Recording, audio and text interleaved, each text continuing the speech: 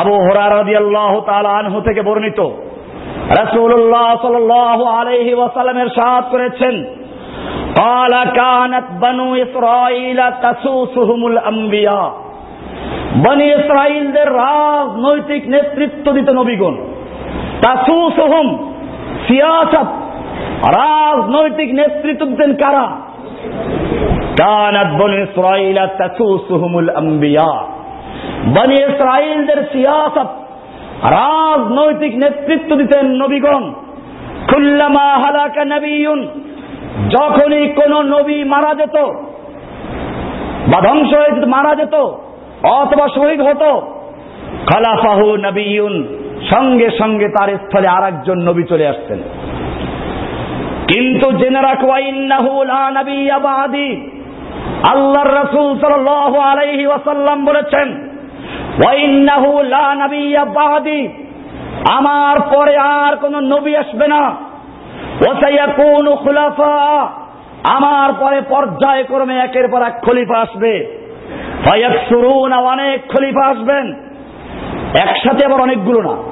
ফামা তা'মুরুনা, সাহাবায়ে কেরাম প্রশ্ন করেছেন, ফামা তা'মুরুনা, আপনি আমাদের কি বলছেন? ক্বালু ফু বিবাইআতিল আফযাল ফাল আফযাল, তোমরা এক একজন খলিফা মানবে, একজন আছে তারপরে শেষ হয়ে গেল আরেকজন, একসঙ্গে যেন তোমাদের দুইজন খলিফা না হয়। এই কারণে মুসলিম শরীফের সহিহ হাদিসে বর্ণিত হয়েছে, ইযা বুইয়া লি খলিফাতাইনে, যদি মুসলিম জাতির একজন খলিফা থাকা অবস্থায় আর একজন খলিফা গজায় বায়াত নেওয়া শুরু করে, আল্লাহর রাসূল সাল্লাল্লাহু আলাইহি ওয়াসাল্লাম বলেছেন, ফাকতুলুল আখিরা মিনহুমা, তোমরা ওদের দ্বিতীয় জনকে কতল করে ফেলো। কারণ হচ্ছে এই, মুসলিম জাতির যদি একজন নেতা থাকে, একজন ইমাম থাকে, একজন আমির থাকে, আর গোটা জাতি সেই ইমামের নেতৃত্বে ঐক্যবদ্ধ থাকে, তাহলে দুনিয়ার কোনো শক্তি নেই আল্লাহকে নিয়ে গালিগালাজ করতে পারে, কটাক্ষ করতে পারে, নবীকে নিয়ে কটাক্ষ করতে পারে, আল্লাহর বিধানকে নিয়ে কটাক্ষ করতে পারে। তার প্রমাণ দেখা গেছে, একটু মাত্র আহমদ শফি সাহেব নেতৃত্বের জন্য দাঁড়িয়ে গেছেন, কিছু লোকেরা তার সঙ্গে একত্র হয়েছে, আর সেই ভয়তে নাস্তিকরা পালিয়ে গেছে। আর যদি আজকের গোটা বাংলাদেশের মুসলমান ওই একজন আহমদ শফির নেতৃত্বে হোক বা অন্য কারো নেতৃত্বে হোক, একজনের নেতৃত্বে গোটা বাংলাদেশের মুসলিম জাতি এক হয়ে যায়, 3 লক্ষ মসজিদের ইমাম, হাজার হাজার মাদ্রাসার ছাত্র শিক্ষক, মসজিদগুলোর মুসল্লি একাত্র হয়ে যায়, সেদিন বেশি দূর নয়, এই নাস্তিক মুরতাদরা কোথায় গিয়ে পালাবে? বঙ্গোপসাগর পাড়ি দিয়ে, দিল্লির মসনদ ছেড়ে দিয়ে, আটলান্টিক পার হয়ে এরপরে হোয়াইট হাউস গিয়ে আশ্রয় পাবে না ইনশাআল্লাহ। ভাইরা আমার, হোয়াইট হাউস ছেড়ে তো আগেই পালিয়েছিল। দেখেন নাই বুশ এক লাদেনের ভয়ে 36,000 ফুট উপরে গিয়ে বসেছিল। একটা 6 ফুট লম্বা মুসলমানের ভয় যদি এত হতে পারে, তাহলে পৃথিবীর 150 কোটি মুসলমান যেদিন এক খলিফার নেতৃত্ব ঐক্যবদ্ধ হবে, সেদিন এই বুশের গোষ্ঠী, নাস্তিক মুরতাদের গোষ্ঠী দুনিয়ায় কোথাও কবরই কেউ থাকবে না ইনশাআল্লাহ। এরপরে আল্লাহ বলছেন, তোমরা আমার আয়াতকে অল্প মূল্যে বিক্রয় করো না। এই আয়াতের সঙ্গে এই বিষয়ের সম্পর্ক কি? কারণ যুগে যুগে শাসকদের পাঁচটা গোলাম, একদল ওলামায়ে সু, একদল নষ্ট আলেম, এই নাস্তিকদের পক্ষ নিয়েছে যুগে যুগে এবং এখনো নিচ্ছে।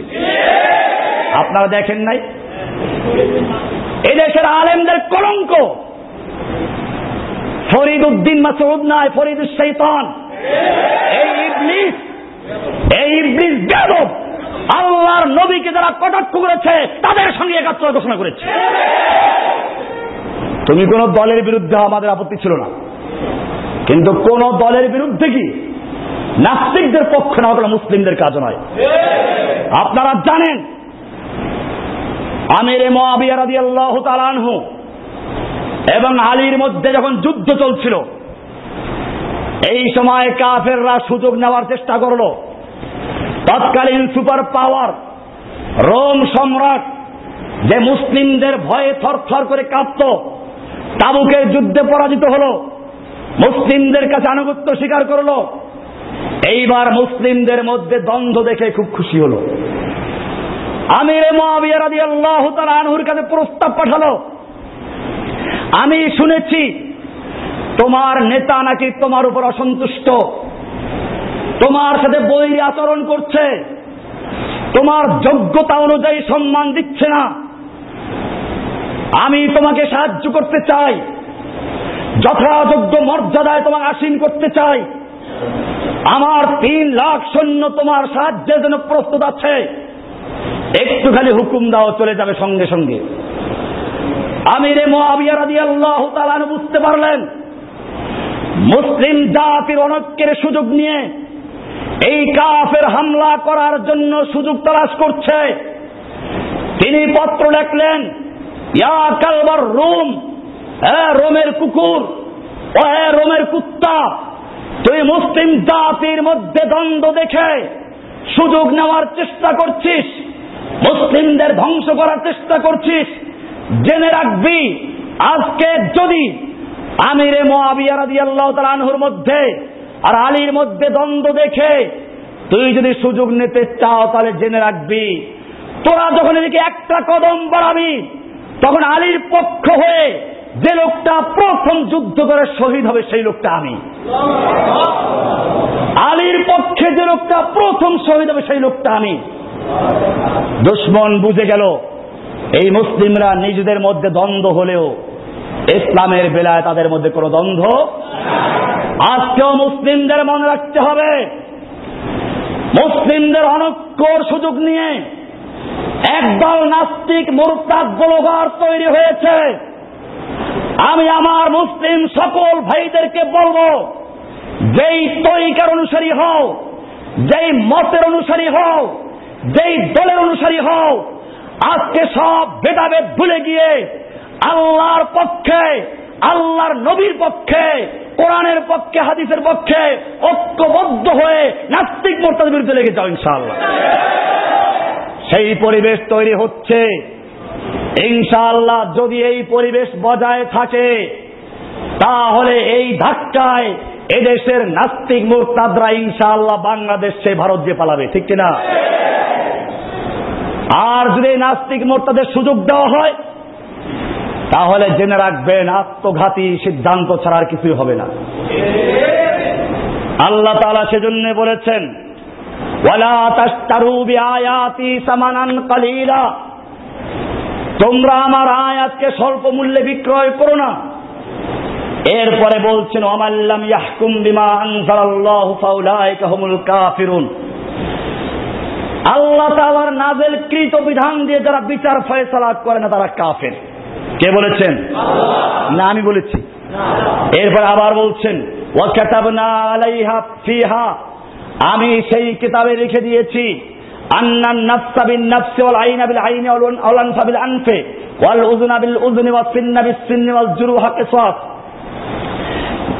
আল্লাহ তাআলা বলছেন সেই কিতাবেও লেখা ছিল, তাওরাতে লেখা ছিল, জানের বদলে জান, চোখের বদলে চোখ, নাকের বদলে নাক, কানের বদলে কান, দাঁতের বদলে দাঁত, জখমের বিনিময়ে জখম করা হবে।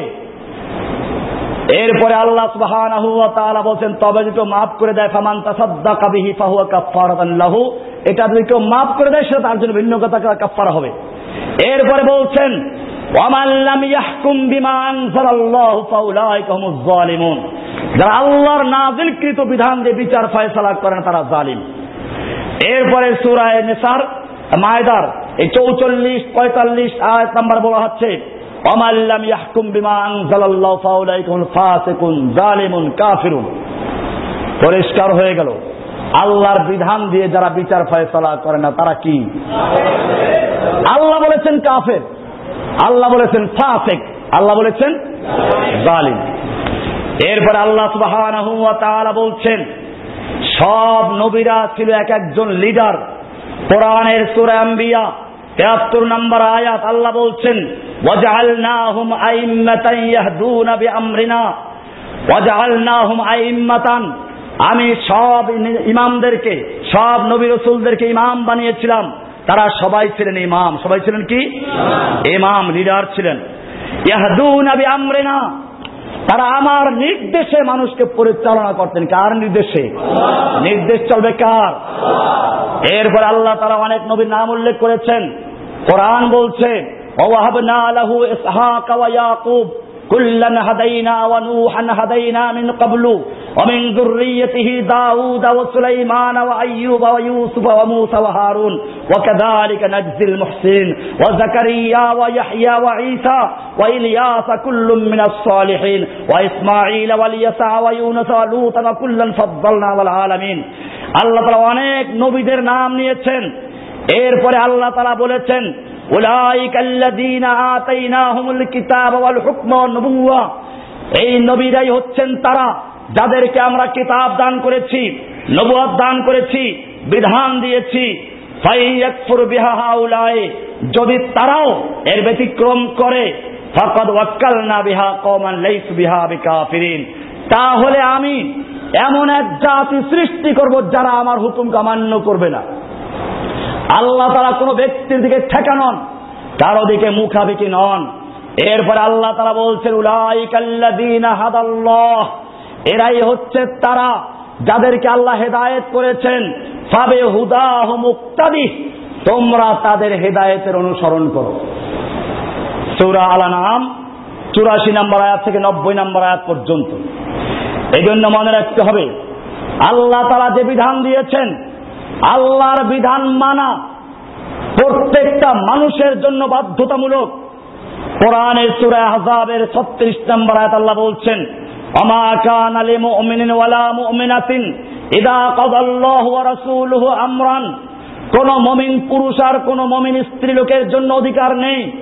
ইযা কাযাল্লাহু ওয়া রাসূলুহু আমরান, যখন আল্লাহ এবং আল্লাহর রাসূল কোন চূড়ান্ত সিদ্ধান্ত দেন, বিধান দেন, হুকুম দেন, আইয়াকুনা লাহুমুল খিয়ারাতু মিন আমরিহিম, তাদের নিজেদের পক্ষ থেকে কোন স্বাধীনতা, কোন এখতিয়ার থাকবে, এই অবকাশ রাখা হয় না, সুযোগই রাখা হয় না। সূরা নিসার সূরা আল-আহজাবের 36 নম্বর আয়াত। এরপর আল্লাহ তাআলা বলছেন সূরা নিসার 65 নম্বর আয়াতে ফালা ওয়া রাব্বিকা লা ইউমিনুনা হাত্তা ইউহাক্কিমুকা ফীমা শাজারা বাইনাহুম। ফালা ওয়া রাব্বিকা, না আপনার রবের কসম, আল্লাহ নিজে কসম করে বলছেন ফালা ওয়া রাব্বিকা লা ইউমিনুনা, ওরা ঈমানদার হতে পারে না, ওরা কোনো মুমিন নয়। হাত্তা ইউহাক্কিমুকা ফীমা শাজারা বাইনাহুম, যতক্ষণ পর্যন্ত তাদের পারস্পরিক বিবাদের ক্ষেত্রে, পারস্পরিক মামলার ক্ষেত্রে, পারস্পরিক ঝগড়া ফাসাদের ক্ষেত্রে আপনাকে বিচারক না মানবে। সুম্মা লা ইয়াজিদু ফি আনফুসিহিম হারাজাম মিম্মা কাযাইতা, অতঃপর আপনি যে বিচার করবেন সেই বিচারের ব্যাপারে তাদের মনের মধ্যে কোনো দ্বিধাদ্বন্দ্ব, কোনো সংশয় থাকতে পারবে না। ওয়ায়ুসাল্লিমু তাসলিমা, এবং সম্পূর্ণরূপে মেনে নিবে। এটা না করা পর্যন্ত কেউ মুমিন হতে আল্লাহ কসম করে বলেছেন। তাহলে আজকে যারা আল্লাহর বিভিন্ন বিধানের উপরে প্রশ্ন তুলেছে, আল্লাহর বিধান মানতে রাজি না, আল্লাহ বলেছেন পর্দা করতে হবে, এরা বলল পর্দার জন্য বাধ্য করা যাবে না। আল্লাহ তাআলা সূরা নিসার 11 নম্বর আয়াতে বলছেন ইউসিকুমুল্লাহু ফি আওলাদিকুম লিযযাকারি মিসলু হাযযিল উনসায়াইন, একজন পুরুষ দুইজন নারীর সমান সম্পত্তি পাবে। এটা যারা মানতে পারে নাই, ও আমার জাতি, কোরআনকে সাক্ষী রেখে বলো তারা মুসলমান না কাফের? আল্লাহকে সাক্ষী রেখে বলো সে মুসলমান না কাফের? পরিষ্কার কাফের। আল্লাহ কসম করে বলেছেন ফালা ওয়া রাব্বিকা লা ইউমিনুন, না আপনার রবের কসম, তারা মুমিন নয়। কে বলেছেন? ভাইরা আমার, মনে রাখতে হবে আজকে আমাদের এই পতন কেন। কোরআন বলছে ওয়াইদা আরাদনা আন নুহলিকা কারিয়াতান, যখন আমি কোন জাতিকে, কোন জনপদকে ধ্বংস করতে চাই, আমার নাম মুতরাফিহা, আমি সেখানকার যারা অহংকারী, যারা লিডার, তাদেরকে হুকুম করি ফাফাসাকু ফিহা, তখন তারা ওখানে ফাসিকি করে, অন্যায় করে, ফাহাক্কা আলাইহাল কওলু, অতঃপর সেই জনপদের উপরে আমার বিধান কার্যকর হয়, ফাদাম্মারনাহা তাদমীরা, আমি ওটাকে চূর্ণ বিচূর্ণ করে ছেড়ে দেই। সূরা বনী ইসরাঈলের 16 এবং 17 নম্বর আয়াত।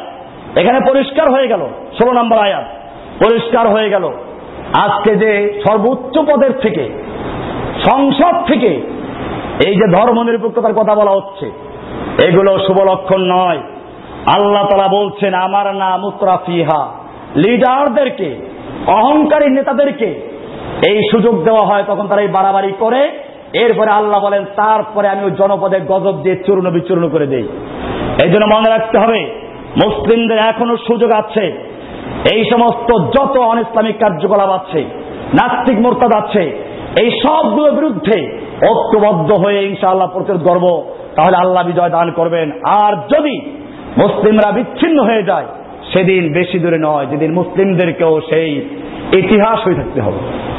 আপনারা জানেন, ভারতবর্ষ মুসলিমরা শাসন করেছিল, এরকম স্পেন মুসলিমরা স্বাধীন করেছিল।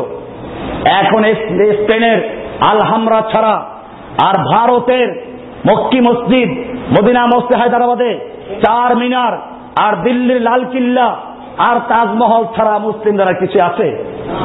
ঠিক এরকম ভাবে এখনো যদি বাংলার তাওহীদি জনতা ঐক্যবদ্ধভাবে মাঠে নামতে পারে, ইনশাআল্লাহ নাস্তিক মুরতাদদের পরাজয় হবে, মুসলিমদের বিজয় হবে, গোটা দেশ কোরআন এবং সুন্নাহর অনুসারে ভরে যাবে ইনশাআল্লাহ। আল্লাহ সুবহানাহু ওয়া তাআলা আমাদের সকলকে বিষয়গুলোকে বুঝার এবং আমল করার তৌফিক দান করুন। আমিন। ওয়া সাল্লাল্লাহু তাআলা আলা নবিয়িনা মুহাম্মদ ওয়া আলিহি ওয়া সাহবিহি আজমাইন।